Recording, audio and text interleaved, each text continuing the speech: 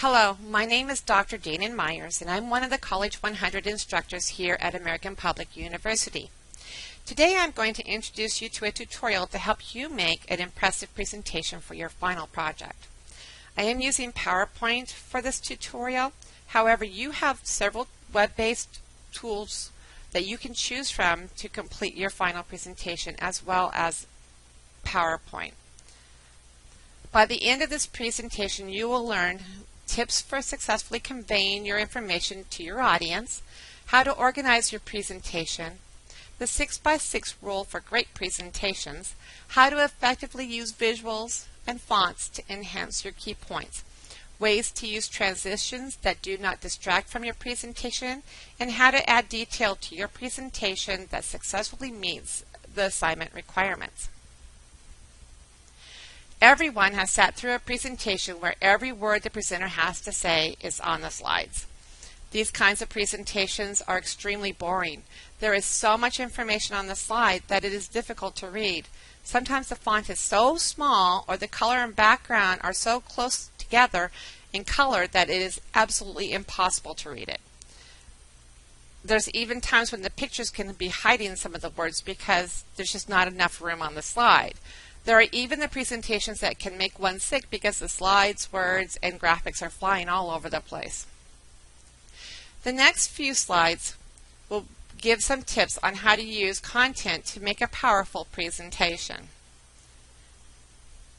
Think of a presentation as a story. All good stories have a clear beginning that introduces the story. It introduces the characters and the setting. Then there's a middle, which is the plot and climax, followed by a good, strong ending. When presenting a topic that has been researched, the beginning or introduction should be give important background information to help the audience understand the presentation. The introduction should also grab the audience's attention by telling a compelling story or reporting alarming statistics found in the research. All of this should build towards a strong thesis statement.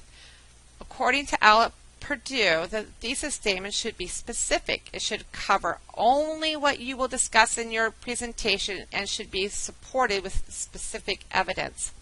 The thesis statement usually appears at the end of the first paragraph of the paper or at the end of the introduction. The middle of the presentation is the largest part of the presentation. This is the part that shows what you learned from researching the topic. From the outline made in week 4 and revised in week 7, use the research to complete slides on the 3 subtopics. Present 2 to 3 details for each subtopic from the research, making sure to properly give credit to the original source. Remember, credit should be given any time a source is used, whether that is through a direct quote, a paraphrase, or just presenting a fact. Finally, when organizing your presentation, just like a good paper, make sure each slide builds upon the previous. Put in good transitions between subtopics. This can be a transition slide like I'm using here. When finishing, make sure the conclusion is powerful. Restate the key points the audience should remember from the presentation. It is always good to make the audience ponder something. It could be as simple as how the new learning can apply to them or something even greater. The next section will discuss visual aids and fonts. When using visual aids, it is not to cover up white space or to find cute pictures to put in the presentation. The idea of using visual aids is to find a visual representation that effectively supports the information on the slides. For example, if the slide is about learning styles, specifically tactile kinesthetic learning, the visual aid should depict a person doing something hands-on or moving. One also needs to consider if there is enough room on the slide for a graphic. Some slides may have more room available for a visual, but some may have more words, and adding a visual would make it cluttered or make the font too small. Finally, visual aids should be placed carefully as to not cover up words on the slides. According to Advanced Horizons, font size, type, and color are very important. When considering the layout and color of the font, there are many templates to choose from, and each have a variety of colors. It is best to choose colors that are in good contrast, such as white background with black or dark blue font. These are the easiest to see, even for people with visual impairments. If the slides are too colorful or color and font change often, the presentation can be difficult to read. Therefore, it is the best rule of thumb to use fonts that are easy to read, such as Arial, Times New Roman, or Calibri, and to not mix more than 2 fonts throughout the whole entire presentation. The font should also be a good size. It is recommended that 18 point or larger is used. The last tip is to make sure to stay consistent throughout the entire presentation with color, size, and the type of font used. Video and audio can enhance the presentation only if the video or audio clip is well placed within the presentation. However, there is a problem of using video or audio. Many students will put a downloaded video or audio clip on a slide. When the presentation is played on their computer, it works great. However, the video or audio clip does not get uploaded with the PowerPoint, so it will not play on other computers. There is a way to add video and audio to a presentation and have it play properly. However, that does not guarantee that everyone will have the same version of PowerPoint to be able to see it. Therefore, it is usually best to put in the web address or a hyperlink to the video like I have done here. Now let's discuss adding transitions and animation to the presentation. There are many different transitions to choose from when making a presentation.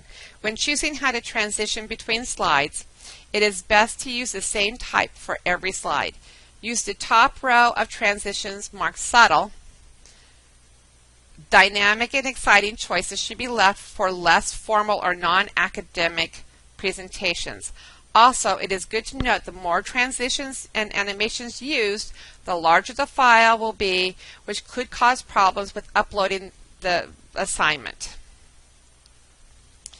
Animations are fun, but can be very ineffective in a presentation.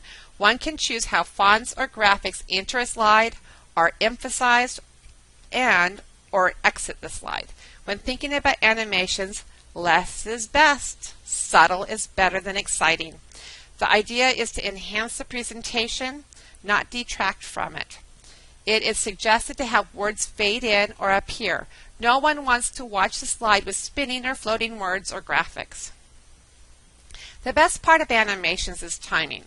Words can be set to appear line by line, giving the reader time to read one line before the next line appears.